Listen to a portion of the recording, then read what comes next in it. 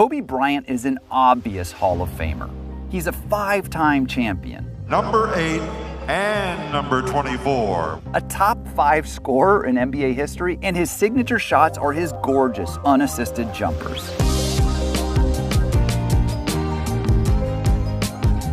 Out of the circle, behind the line to Kobe Bryant. Right-handed dribble down to the baseline. Guarded, 15-footer is good.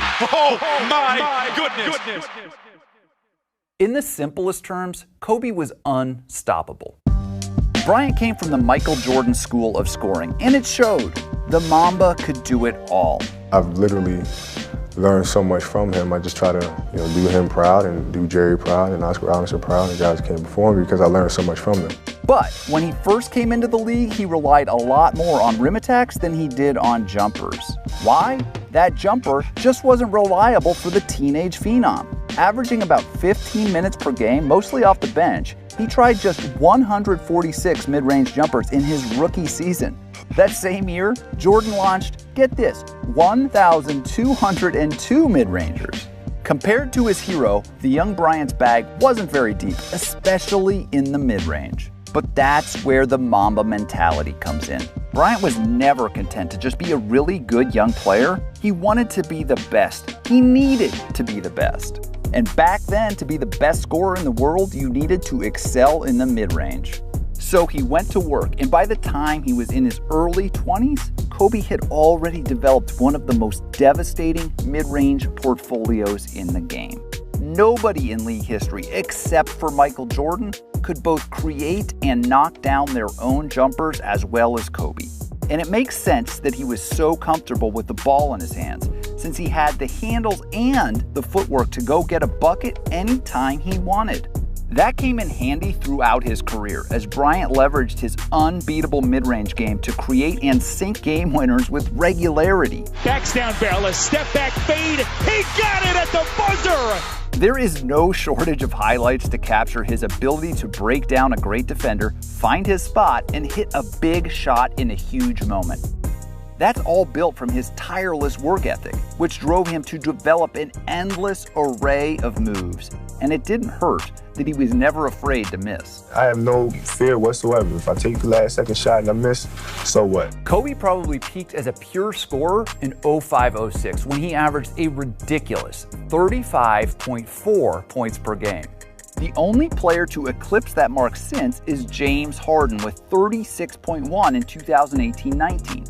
And that was largely due to the fact that most of Harden's field goals were worth an extra point compared to Kobe, who shot less than half as many threes as the Beard. That year, the Mamba averaged 12.2 made buckets per game. The biggest chunk of those buckets came from the mid-range, and most of those were unassisted. Yes, he got to the rim a lot, averaging 3.4 buckets per contest in the restricted area that year, and yes, he made threes, averaging 2.3 made triples per game that year. But the mid-range was the dominant color in the Mamba's masterpiece.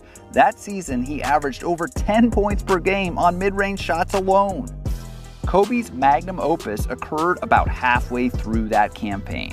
On January 22, 2006, Bryant scored 81 points against the Raptors. History tonight at Staples Center.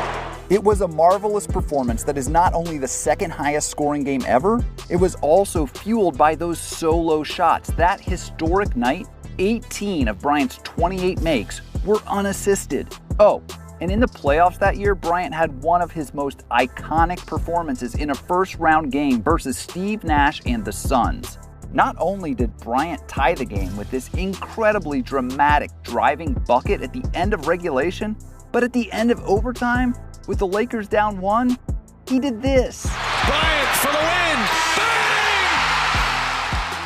His reaction is an enduring image. This is one of history's most celebrated buzzer beaters, and of course, it was a cold-blooded, unassisted jumper from the right elbow.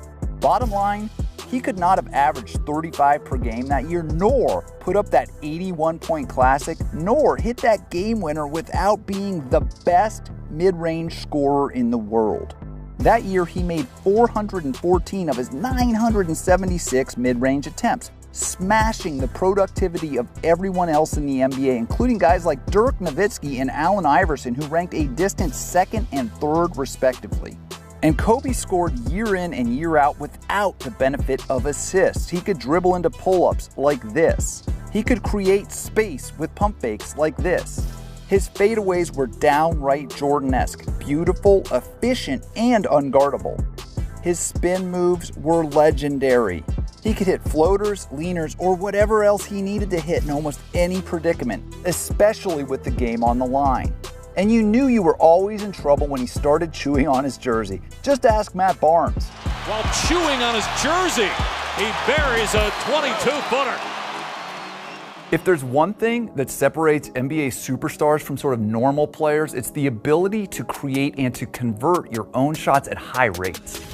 In his prime, Bryant was the best in the world at doing just that. His ability to score from anywhere on anyone sets him apart. He hit contested jumpers in so many different ways, it's mind-boggling. Staying outside the arc, dribbling. Patterson keeps his feet. Kobe forces. Oh! He made it! He threw it in! What a shot! And while players like Steph Curry may go down in history as better shooters than Bryant, that's kind of deceptive. Of course, Curry's numbers are insane, and his three-pointers are the best we've ever seen.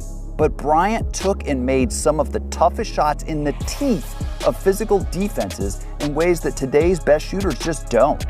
Even near the very end of his incredible career, Bryant still depended on these tough, self-created two-point jumpers. Check out these examples from his last season in 2016 with LeBron James guarding him. Bryant does it again!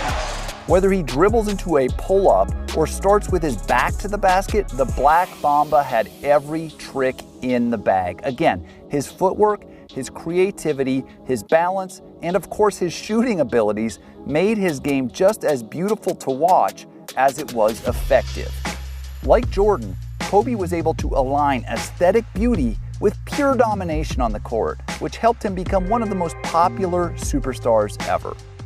As the game falls more in love with threes, one of the saddest things is that moves like this are disappearing from the NBA. They're not gone yet. You can still catch Chris Paul hitting elbow jumpers, Kawhi Leonard hitting turnarounds, or Devin Booker, well, doing a pretty good Kobe imitation.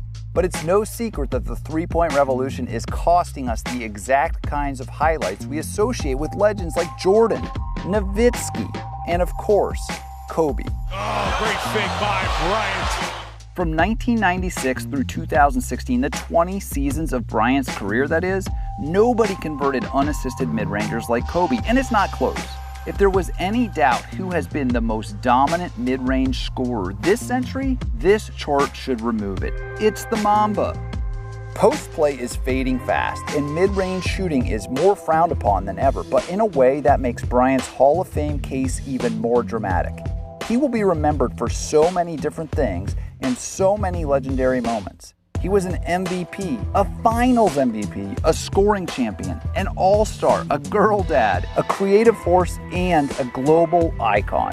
All of that is so true and so important, but on the court, in the context of the current era, Kobe was arguably the last true mid-range maestro. The last guy to really depend on these kinds of unassisted mid-range jumpers to win games, scoring titles, and of course, Larry O'Brien trophies. Those gorgeous jumpers got the Mamba to Springfield.